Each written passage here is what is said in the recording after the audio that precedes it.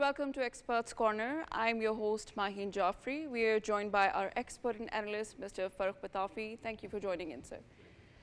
Now, today we'll be talking about something very important, that is the Doha dialogue process that has just started Pakistan and Afghanistan. There has been a lot of tension, and Qatar offered to mediate. Prime Minister Shehbaz Sharif said that Pakistan wants peace, but the ball is in their court. Now, the question is, how are we really looking when it comes to the credibility of the Afghan Taliban, because they don't seem to keep their promises, even if we talk about the Doha Accord that happened previously. And what does this dialogue process actually mean for Afghan Taliban, because there seems to be a clear nexus of India and Afghanistan and seems to be destabilizing the region.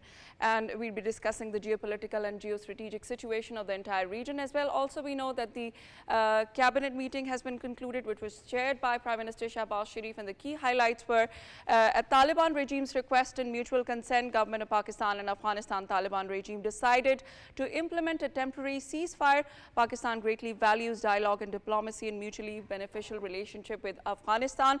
Also, Pakistan will take all possible measures to safeguard its territory. In the second segment, we will be talking about India and its faulty foreign policy, how it has really transformed from an inclusive state that was once there to now a Hindutva-based policy-driven country. Also, how the policies and decisions have now isolated India on the global map. Not to forget the economic pressure that we see on India now coming from the US in the form of tariff, as well as the now US barring India from buying Russian oil. The drastic change will also be discussed regarding the US and India relationship, and what options now does India have when it comes to the conflicts, dealing with the conflicts external and internally. Also, where does it put India on the global stage? Now, to talk more about this, we are joined by Mr. Khurram Dastgir, who is former federal minister. And so we'd be talking in detail, but right now, thank you very much for joining in Mr. Khurram Dastgir. Welcome to the show. Thank you very much for inviting me. Sir, now dialogue and negotiations have started, and we know there was another accord as well. There was another agreement in the same land, which was called Doha Accord. And, you know, Pakistan unequivocally supported Afghanistan and Taliban at that time. But there were some kind of skepticism when it comes to accepting the Taliban and supporting them, which was done from Pakistan. And now it seems that this skepticism is coming true. Yes, and the best way to approach the new Doha process is to deal with Afghanistan without any illusions. We are still carrying some baggage of the past, particularly our expectation that since Pakistan supported the Afghan Taliban during the 20-year American and Western presence in Afghanistan, that there ought to be some sympathy for us. We do keep talking about, which is a reality, that Pakistan has hosted millions and millions of our Afghan brothers and sisters since 1979, when the Soviet Union invaded. But these notions have to be set aside in face of a new reality, which requires that we deal with Afghanistan as a neighbor with which we do want to have good relations, but a neighbor which is more hostile than friendly, and therefore has to be dealt with in strictly by diplomatic protocol and means, with the understanding that if they expect us to respect Afghan sovereignty, then Pakistan has an equally valid claim that Pakistan's sovereignty be respected in equal measure by the Afghans. Right. Khurram Sahab, thank you very much for joining us. Let me ask you regarding one thing that was stated yesterday by the Prime Minister of Pakistan. Prime Minister said that we are ready for peace, but Afghan Taliban will have to actually fulfill Pakistan's demands. Now the question right now is, what are those demands? One is, of course, regarding TTP and Daesh or similar kind of groups. Are there other demands as well, sir? somebody with your experience of foreign policy and defense policy will be able to help us understand? But the principal demand is what you have stated. And therefore, the larger rubric in which it is stated is that Afghan soil should not be used to stage terrorism inside Pakistan. It encapsulates many of our demands that we want the Afghan government to essentially to ensure that whatever remnants of TTP are in Afghanistan are no longer attacking Pakistan from there. When in fact we have seen the opposite happening, that when Pakistan acted last week on its own soil to get rid of some terrorists, the response came from Afghanistan and from Afghan government, which led to the tensions that happened last weekend. So now the challenge is whatever the arguments that Afghan government gives, Pakistan's the state of Pakistan's first duty is to protect the lives and livelihoods of its citizens. And that cannot be sacrificed for any other country's good relations. So that is priority one. The second priority, which is probably something that needs to be discussed not now, but perhaps into the future, is that if we are going to have I would say a friendly relation, but at least a working relationship, that will also require security of Pakistan's trade moving to Central Asia, which has to go through many of the connectivity projects that were conceived earlier, like the Turkmenistan-Afghanistan gas pipeline come through Pakistan. And also there was an electricity project to connect Tajikistan with Pakistan. They all floundered because there was no security for them in Afghanistan. But that is second. So the connectivity and trade is a second order demand from Pakistan. The first order demand is, of course, that Pakistan will protect its citizens' lives and livelihoods, and therefore Afghan government has to respect that. Right, absolutely. Mr. Khurram Dastgir, also Pakistan has done so much and only in the spirit of brotherhood, even if we see 4 million refugees for 4 decades, and we have always supported them right from the beginning. But the infiltration, the kind of attacks happening from the other side, it's just so opposite to what we expected. Was there a flaw in our policy? How did we not see this coming? Policymakers 4 decades ago, I think there was also this complicating factor of Western, US, and Gulf support for what they call Mujahideen back in the 80s. That had incalculable effects on Pakistan society by bringing guns and violence and drugs into our society. We hadn't seen them before on that scale. But the idea was that this is a temporary phase and we should be able to, once the Soviet Union leaves Afghanistan, these refugees will return. But Afghanistan itself descended into anarchy immediately after Soviet withdrawal, and that anarchy prevented the return. So there has been this sense of an endless stay of these Afghan refugees in Pakistan, which no state can tolerate because of our own, first of all, gaps in our governance, in which we were unable to keep them in a limited area so they didn't become part of the regular Pakistani society. We allowed them to sort of seep into every corner and every part of the country where you can still see them. Many of them now, almost a very large number of them, are now indistinguishable from Pakistani citizens. And that keeps complicating our efforts to fight terrorism and to control our economy.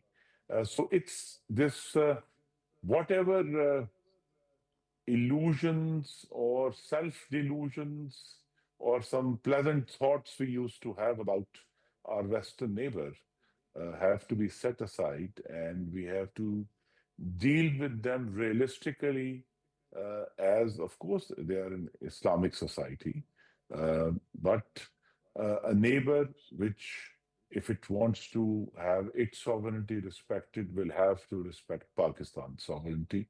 And that very big issue, I think we'll talk about, Pitafi Saab asked about the demand. One of the long-standing issues which now needs resolution is an acceptance and declaration by the Afghan government of the border as border, because they keep making these noises about not accepting the Durand line. Uh, Much water and blood has flowed under the bridge in the last 8 decades. And it's time that this issue was resolved once and for all. But of course, the first priority has to be the protection of lives and livelihoods of Pakistanis. Absolutely. Mr. Khurram Dastgir, also, Defense Minister very interestingly said that during our tenure, we had a complete erasure of Taliban, but yet there was another government who gave a kind of new life and new impetus to these Taliban. Who do you think the responsibility falls on? Well, we did do, if your viewers can recall, in the name of Zarb-e-Azb in beginning in 2014, and then Radul Fasad in 16, in trying to clean up Pakistan's border areas, what until 2018 were the tribal areas, but no longer they are now part of the KP and under Pakistan's constitution. Now that it's been 7 years since FATA is no longer FATA and it's now regular districts of KP, the responsibility of the state is greater. And this notion, I think too many people have this fond illusion that FATA used to be a buffer zone of Pakistan, and many and some instances of the past do have a reality. I mean, the reality is that all through the first Afghan jihad, 79 to 89, uh, Pakistan's border regions were largely peaceful. But I said all these sort of baggage of the past uh, has to be let go. And we have to see Afghanistan without illusions, with fresh eyes, and with a eye towards the future of how we're going to deal with this difficult, but of course, a necessary neighbor to our west, which could be an engine for Pakistan's prosperity if it becomes secure and is able to secure our trade with Central Asia and beyond. And of course, Pakistan has also been more than go halfway to meet Afghan demands. And I've been actually, in my earlier responsibilities as Minister for Commerce and Defense, have been very active part of it, of how to support our Afghan brethren. But now the question is no longer support, but how to protect ourselves. Right. Khurram Sahib, regarding Pakistan's progress in the war on terror, as you pointed out, Pakistan had, and also Maheen has pointed out, Pakistan had almost wiped the terrorists off this land. But then this reversal of policy that came, that has actually cost us quite a lot. The question is, people are still dying. Should there be an accountability, any kind of accountability for the people who have done it? Secondly, how do you see this growing relationship between New Delhi and Kabul? Yes, there has to be some reckoning of those with political power and those as head of our security institutions in the autumn of 2021, who made that fateful decision, and they have confessed it so on television in multiple interviews, to bring, some say 40,000, some say some other thousand number, but some Tehrik-e-Taliban Pakistan members were brought back to Pakistan for rehabilitation under, again, an illusion that somehow if we brought them back, they would no longer take up arms against the Pakistani state.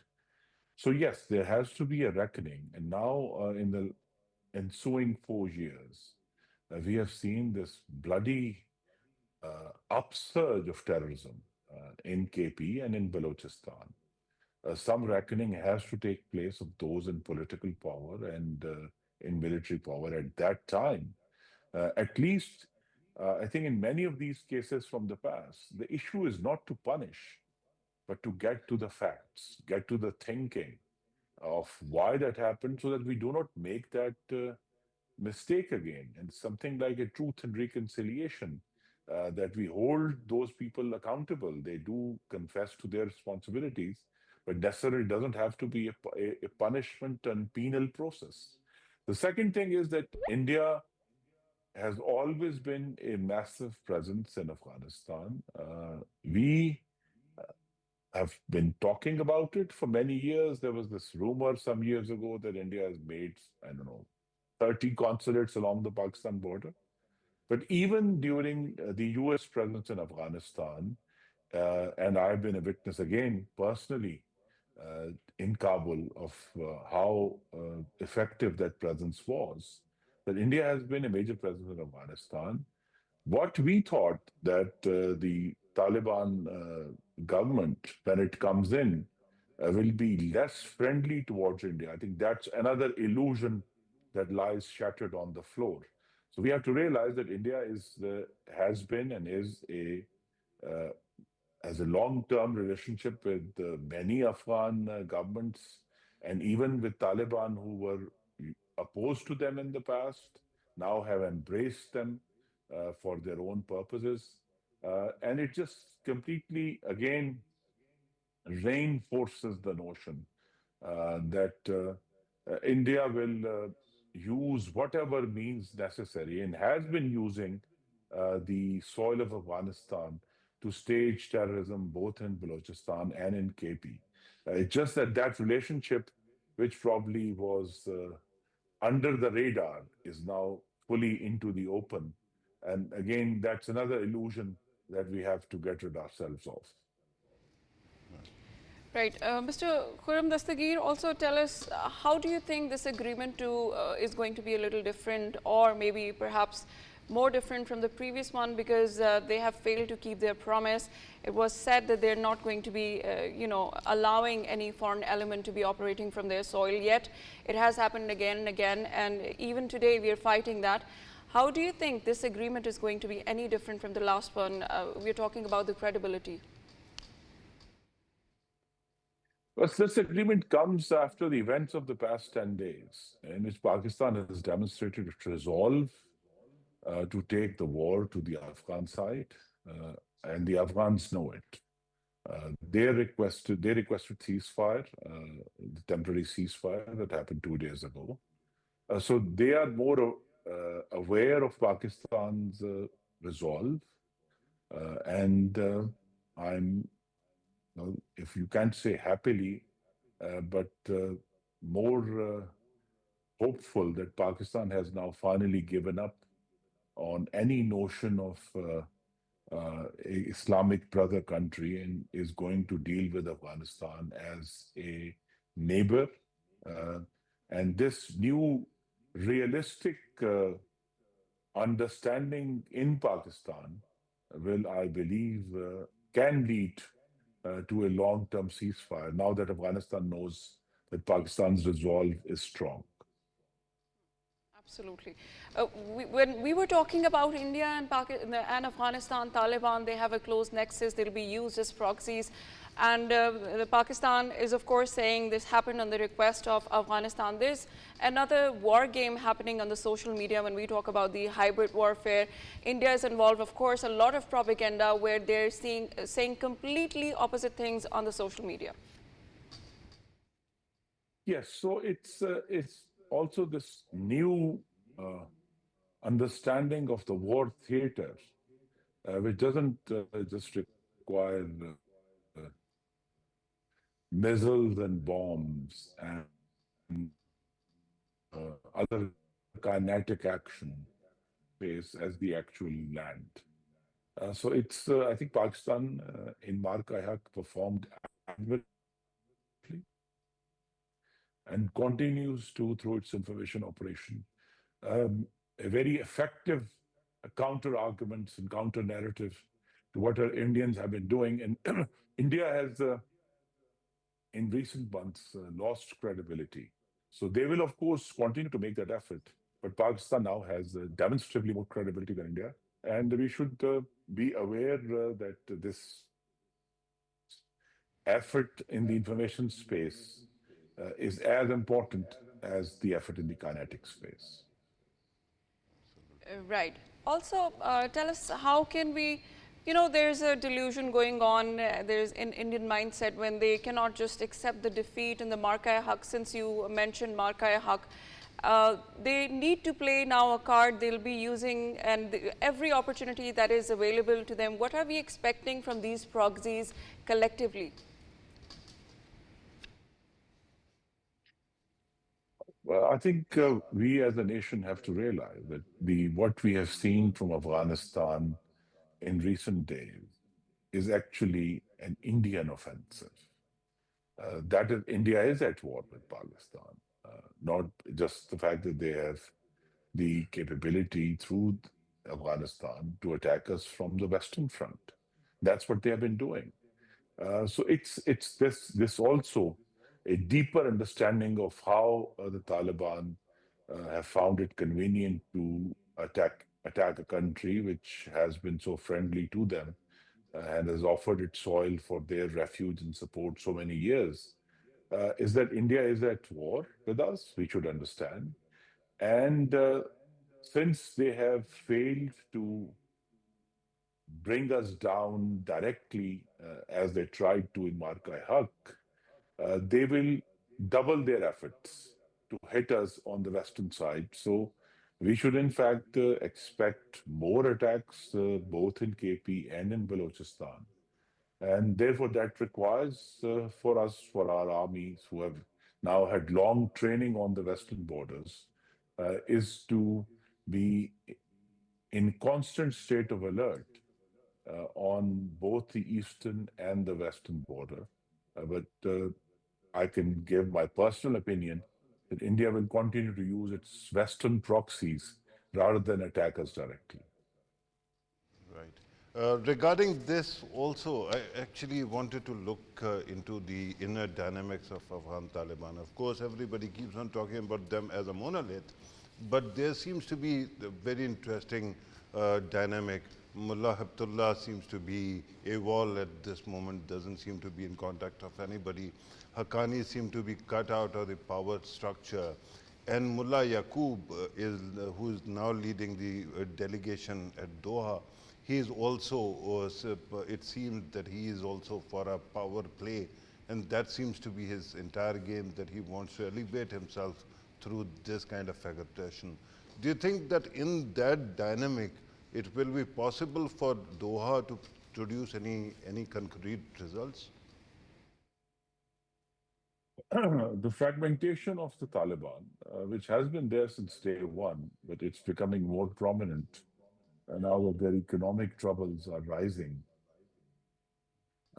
is a concern for us because it just gives them an excuse that we are incapable of fulfilling our side of the agreement.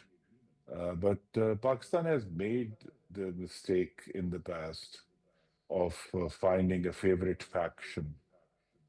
I think we should learn from that mistake and not support any individual faction, and to deal as much as possible with the monoliths that we know is not a monolith. So whoever they wish to send, we should deal with, but not get involved in the inner fragmentation of the Taliban. Right, thank you very much, Mr. Khurram Dastgir, former Federal Minister, for giving us time. And of course, we had a detailed discussion with him. They were quite insightful, valuable insights. as to how now Pakistan and the people need to see this entire scenario in a completely new reality, how we need to, just stop looking at Afghanistan in the spirit of brotherhood, because Pakistan has done enough. And now it's time that Pakistan looks at the new reality, and Pakistan just not that tells the whole world, shows the whole world that Pakistan knows how to defend its border. And now the border has to be treated like border from the Afghanistan Taliban side as well, because they need to know that Pakistan has taken a tough stance, and Pakistan says enough is enough. Pakistan wants peace, and if they want peace, we will be happy and gladly giving it to them, as Mr. Khurram Dastgir said, that it can be an engine for prosperity of Pakistan as well. But if they want conflict, then Pakistan this time will not return to the previous position, and Pakistan will make sure that it really defends its sovereign borders. Farrukh, what do you conclude out of this wonderful discussion that we had? Right, Maheen, on one side, of course, we are cautiously optimistic, but when you talk about optimism, it is a tricky thing, right? It seems that while we keep on hoping against hope that there will be some sanity, the biggest problem is there are elements which are against, peace between the two countries, and there are elements which are for it. For example, Doha, Qatar is playing a very important role. Absolutely. Similarly, Saudi Arabia, similarly China, and one hopes that their influence actually plays a role. Even President Trump has actually offered his good offices for dialogue. But on the other side is India. And compared to Pakistan, they have infinite money. And they are extremely malicious, as we are going to see later in the discussion as well. The propaganda campaign as Their well. propaganda, their influence campaigns, the money they have, the kind of embedded people they have everywhere. So they will try at every level to try to destroy or derail the dialogue. Now we have to see how strong is the inner dynamic of Afghan Taliban. If Mullah Yaqub wants to elevate himself, he is son of Mullah Umar, right? Through all this process dialogue as well, it is the internal matter. What matters right now is whosoever is in charge in Afghanistan, they should be behaving towards Pakistan and should be taking care of our concerns as well. And of course, then both countries have to work together. And why is there an impression that Pakistan wants to change the regime? And of course, that's also a blatant lie and propaganda, most probably driven from India. But they are giving this impression that Pakistan wants to bring Haqqani regime towards the top. Right. Indian government and their propaganda is very important aspect, because Indian government itself is very incompetent. But when it comes to its propaganda capacity, that is legendary. That's a Bollywood script. They actually keep on playing with every element possible. So with that kind of reality, one has to actually realize, and Pakistan just have to keep emphasizing that, look, whatever happens in Kabul is not our lookout. The only concern is we want to have good relations with you, but if you try to use Fitnatul Khawarij as your proxies against Pakistan, or you become proxies of another country like India, then we are going to teach you a lesson, and that is a given. Absolutely. Also, Farrukh, we know that UN report says that there's confirmation that there are Al-Qaeda and, TTP. There is a presence of TTP and Al-Qaeda. Yeah. Can't there be an international mechanism, a monitoring mechanism that could really look into it, whether, and differentiate from who's speaking lie and who's on the side of the truth, because Pakistan has given evidence, I think, ample times. Right, and you are absolutely right, Maheen. There are many elements that are reportedly, and there seems to be evidence that they are there.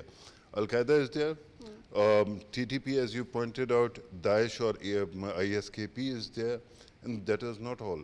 Even IMU, that is Uzbekistan or Russia facing, good terrorist group, and then ETIM. Yeah. And recently what has happened is ETIM and IMU have actually merged, and they have actually created a new organization that is called TIP, Turkestan Islamic Party. So they are trying to create a lot of problem at this moment, even if they're restrained. remember that 7 days before Afghan Taliban took over, I wrote a column in which I pointed out that Afghanistan is a powder keg because it is sitting next to so many great powers China, Russia, Iran, Pakistan, and so near India also. So once the US leaves, then there won't be any kind of reset button. And that is the problem. Minus any kinetic solution, you will not see these countries bringing any kind of monitoring mechanism. Right, thank you very much, Mr. Farrukh Pitafi. We had a detailed discussion on what's going to happen regarding the Doha dialogue process, what it really means for the Afghanistan Taliban. Would they be able to fulfill their promise this time? And after this, we will be talking in detail about the India and its failed foreign policy. But right after a short break, stay tuned.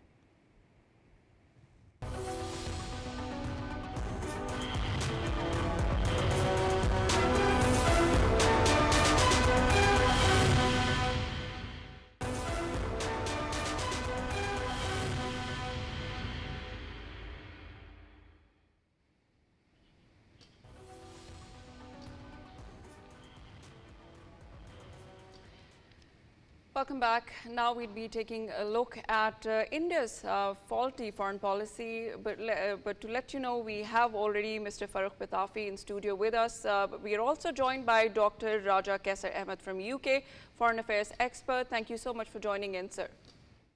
My pleasure.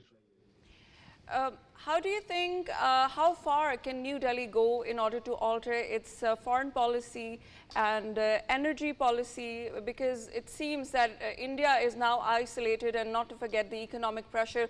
How far would it go to alter the policy in order to ease the macroeconomic pressure? Well, thank you. One thing I must say that India has created a bluff for like past 2 or 3 decades precisely. And that was incredible India, shining India. And that was presenting India as a gigantic power.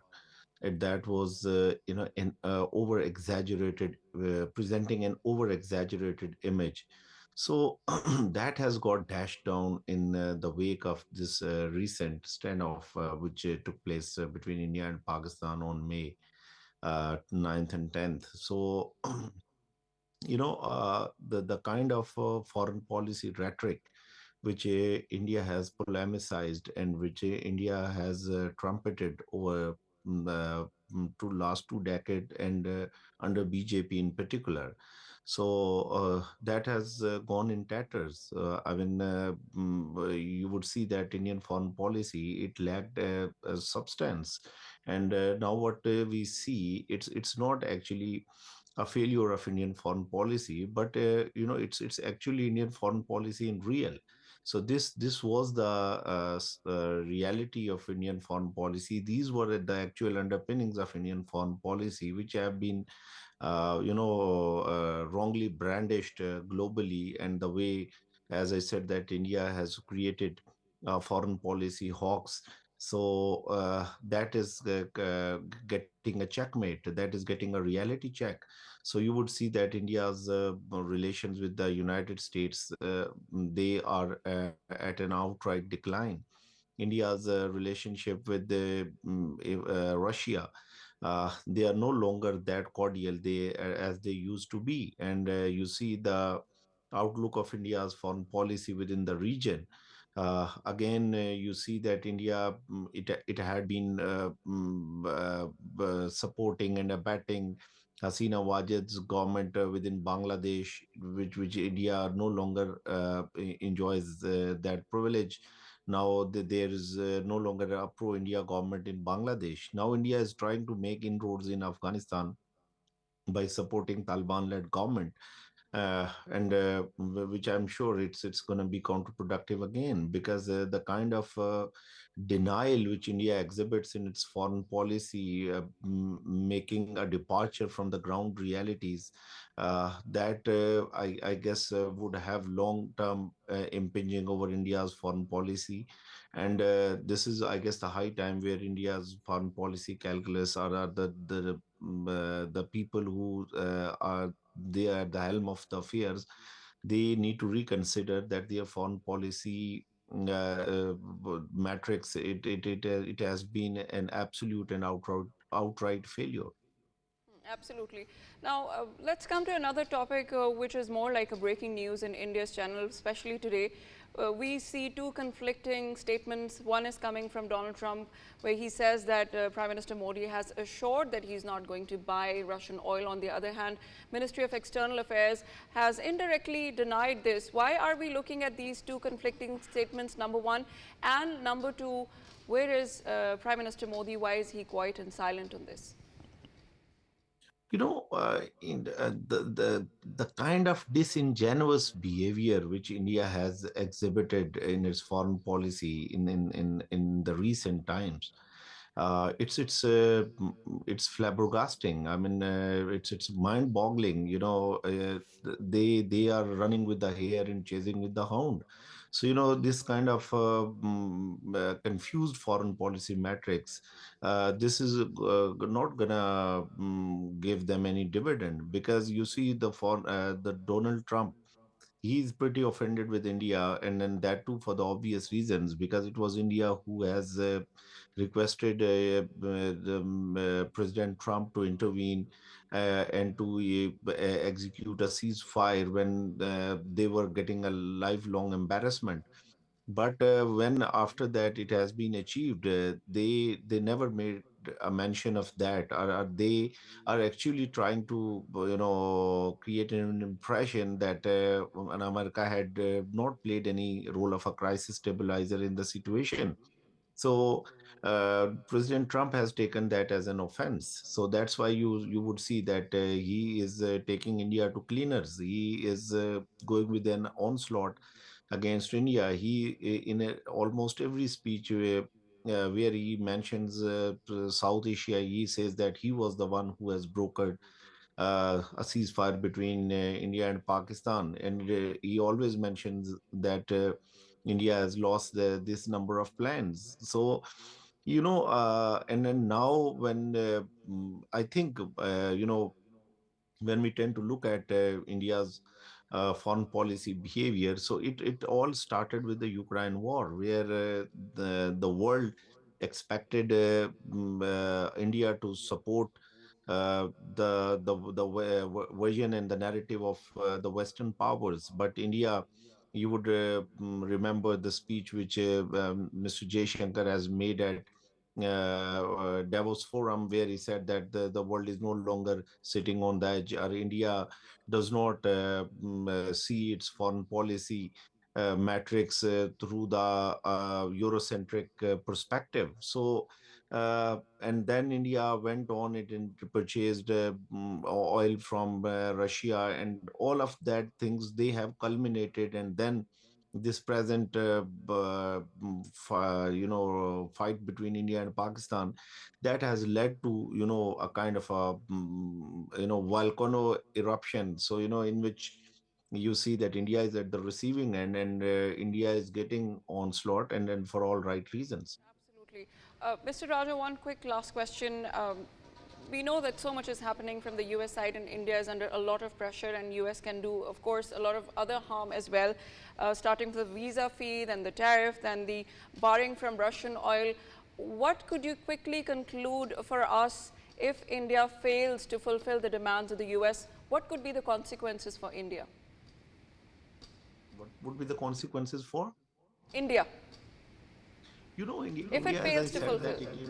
it is not a great power. It's not even considered as a major power. They have a self-blotted image of themselves, so which they have been wrongly exhibiting. So India definitely, is facing a lot of heat and a lot of pressure in the wake of all of these uncharacteristic changes.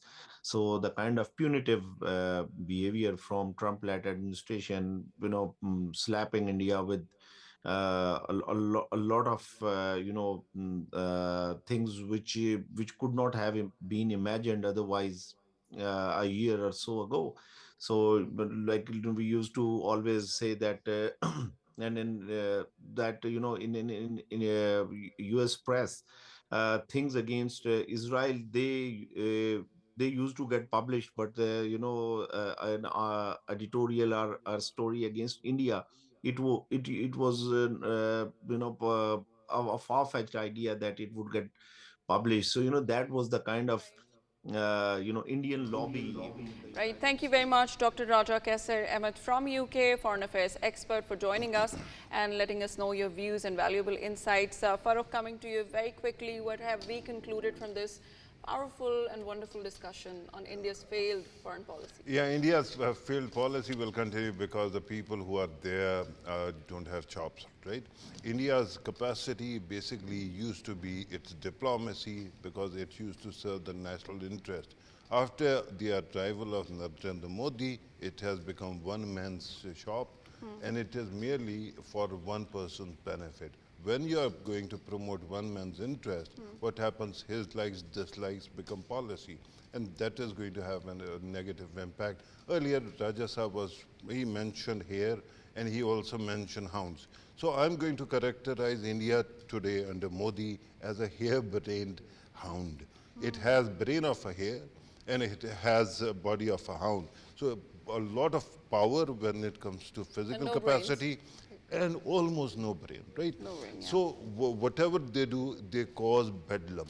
And that will continue. Just look at the way they kept on changing their positions. First, for 10 years, they continued to say, we are with America and we are going to contain China. Yeah. And then all of a sudden, after Operation, Sindoor, so to speak, all of a sudden they realized that, oh, we have to charm China. Exactly. And they go to China, and at that moment, everything changes. Yeah. And then, because they don't get the kind of reception they wanted, all of a sudden, once again, it is Israel, it is something else, it is, Changing India the for allies, itself. shifting the aligning. Yeah, their position keeps on shifting. That actually tells you about incompetence. And I think there are going to be dire consequences if they disobey. You were asking about this discrepancy between India's position and President Trump's. One person has been a very successful man throughout his life, right? On the other side are losers. Who are you going to believe in? Absolutely, absolutely. Thank you so much, Mr. Farrukh K.Pitafi, for giving us your views. It was about India's failed foreign policy, and we've concluded that it was all a sham, and it has just come down, especially after Marka-e-Haq. And now we see India has a very confused kind of, the statements coming out are very confused. The foreign policy seems to be very confused because there are a lot of internal conflicts as well as the external conflicts, and India needs to be dealing with those challenges. Otherwise, India would continue, or rather has become, a very weak state. And just not that, it is also now isolated, just not regionally, but internationally as well. With this, we conclude our show. This was all for tonight's show. This is Mahin Jaffrey signing off. Stay tuned.